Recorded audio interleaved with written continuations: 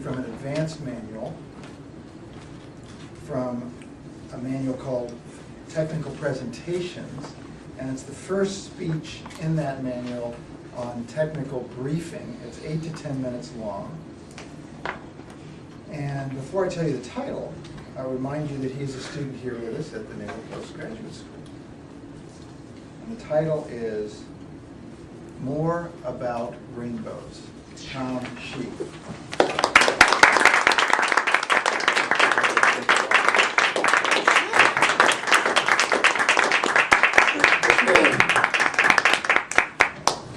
I leave my speeches 8 to 10 minutes.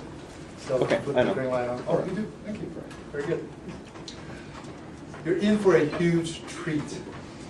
I'm going to stretch and expand your knowledge about rainbows. I believe anybody who has lived for more than a few years and they're not blind, you have seen rainbows? Yes? Yes. And if you went to public school, the teacher have taught you a little bit about the optics of rainbows, how light refracts, wave refracts. That's how we see rainbows.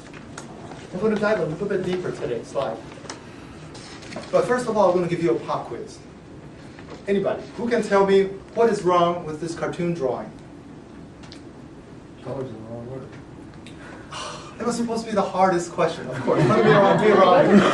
Yes, the blue is supposed to be on the outer band. The blue in the go about the inner band. All right, the next two easier questions. Ain't seen no gold at the bottom of any rainbow. No, there is not gold. If you follow photographs of actual rainbows that end up, on a pile of dirt or a tree, they do not end up into a pile of gold. Well, what's the last one? In the reverse order, the gold is at the end of the rainbow. Oh. The number of colors. Number of colors. There should be infinite numbers, actually, melting together, not so distinct. Very good. And there's one more thing wrong I'm going to point out is that the sun is on the same side as the rainbow. And that's physically impossible, except in a cartoon drawing. Because the rainbow is a reflection of the sun. So that should be behind you as you look toward the rainbow. Next slide. There are two types, actually.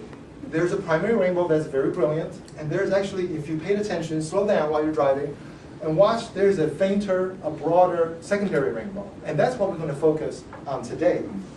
We're going to ask two questions. Slide. Why is there a secondary rainbow? And why are the colors of that secondary rainbow color reversed? I'm not going to go back, because if you didn't see it, I'm sorry, you just have to wait. The color of the secondary rainbow is reversed. Okay, let's answer the first question. Slide. This is just a typical schematic of a rainbow. The sun is behind you. The person is looking toward the rainbow. And the person typically casts a shadow. And between the shadow and the person and the sun, there's a straight line. And from that straight line, if you go up 42 degrees vertically, you can see the top of the rainbow. And you go out sideways. In that, observing that 42 degrees, you trace out an arc. And you can see the entire half circle, semicircle, if the sun is near the horizon. You cannot see the whole thing because the bottom half is below the ground. There's no moisture there. You can't possibly see through the ground. So if you can imagine that we tilt the whole picture up, let the sun come up a little bit, the rainbow is actually going to sink.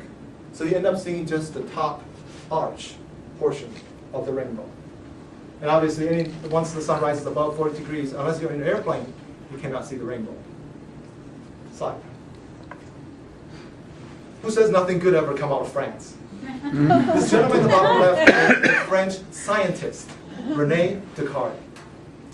He has bothered to ponder on the optics of rainbow. He says, okay, I understand that rainbow has something to do with water drops, because not only I see it after a rainy day, but I also see it near fountains, waterfalls. So he fabricated a giant water drop, practically, a large glass orb filled with water, and he hoisted it up, put it on the hill, and he observed how the sun interacts with that giant raindrop. And if you will, observe as the sunlight comes in from the left, it hits the raindrop, it refracts once, reflects, and then refracts a second time, and comes back down here. And he noticed that right around this point, if he's standing right there, the most of the light comes from point D. I hope you can see the letters, B, C, D, D is toward the bottom. And you see kind of a saturation of red light right around that point. If he steps forward, the light disappears. If he steps backwards, he sees the whole spectrum of color plays out for a period, for about 2 degrees. And then he measured the angle of the horizon and this line, segment DE, right here. And it's about 42 degrees. So 350 years ago, people figured it out, that the rainbow is going to cast that arch about 42 degrees from where the observer is. Slide. So I'm going to take this raindrop, I'm going to put it right there, and I'm going to allow a photon, just one photon, to come in. Go ahead, Paul. It comes and hits the raindrop, it bends once, and it reflects off the arch, the rounded back, and then it bends one more time and comes back down here. Remember what I was saying is there is a focusing, a concentration of light. I'm not saying that the light doesn't go anywhere else. It does. But there's enough of those lights focused right here that our eyes are sensitive enough to see the primary rainbow around 42 degrees from the horizon. The secondary rainbow, next slide, is a different way that the light bounces off the raindrop. The sun is still here. Go ahead, Paul. It comes in, it bends once, reflects first time, reflects a second time, then bends and come back out at a steeper angle this time, 52 degrees. So this rainbow, next slide, is going to sit a little bit higher because it's reflected from raindrops that are positioned slightly higher, about 10 degrees higher. But it's not as bright. If we can go back one slide, Paul. What is going on? The water drop is transparent, right? I didn't paint aluminum on the outside of the raindrop, so the light is able to diffuse out. So by the time it bends, bounced off twice, a lot of the light has been diffused, lost. So by the time it concentrates back and then focus on your eyes, it's not as bright as the primary rainbow. Okay, next, I guess, advance 2 slides. Okay, here's the opportunity to observe. Look at the secondary rainbow. It's on the right, the primary on the left, very brilliant. The red, if you will, if we trace out this arch to the top, all the way to above us, you can see the red is going to end up on the top for the primary rainbow. Do the same thing for the secondary rainbow. Trace it out to the top. And then this time, the red is going to end up at the bottom. Why did the color reverse itself? The second bounce, the second. Yes, I have smart students. Next slide. The front row. Very impressed. Next slide. Too busy throwing spitballs back here. Show off. Okay. This is that raindrop again. Watch as the white light comes in. We know that white light is composed of the whole spectrum of visible lights. When it goes through a denser medium, like a raindrop, it begins to disperse. The blue light disperses more, so it bends slightly more. This time is at the bottom. The red is on the top. And if this was a perfectly flat mirror, the blue would have stayed at the bottom because its incident angle and the other angle is the same. So the blue is going to be at the bottom. But the raindrop is rounded. Because of that rounded edge, the reflection is going to cross over. So you can kind of see the blue light, red light join back up, forms that white light, and then goes past the point of intersection, spreads out. You get the spectrum out here, bends come out. This time, as it exits, the blue's on top. That's with one reflection. I have to pause here for a second, because if you look at that, you say, wait, you said the primary rainbow, the red is on top. Why is the blue on top here? Well, because we can be in 2 places at one time. If you follow this raindrop all the way down on the ground, it's actually shining on 2 points. The red is one, at one point the blue is another point. You can only be in one place at one time, so each raindrop will only give you one color. So if you're standing at where this red light beam is, you can't see the blue. You have to observe it from a different raindrop. I'm going to tell you it's going to be from a lower raindrop because the angle is slightly less for the blue. So in order for the blue light to reach your eye when you're down here, you need a raindrop that's positioned slightly lower with the blue light that's reflected slightly higher to reach your eyes. And I'll show you on the next diagram. I shrunk the raindrops up there. You can see the blue and the red coming out.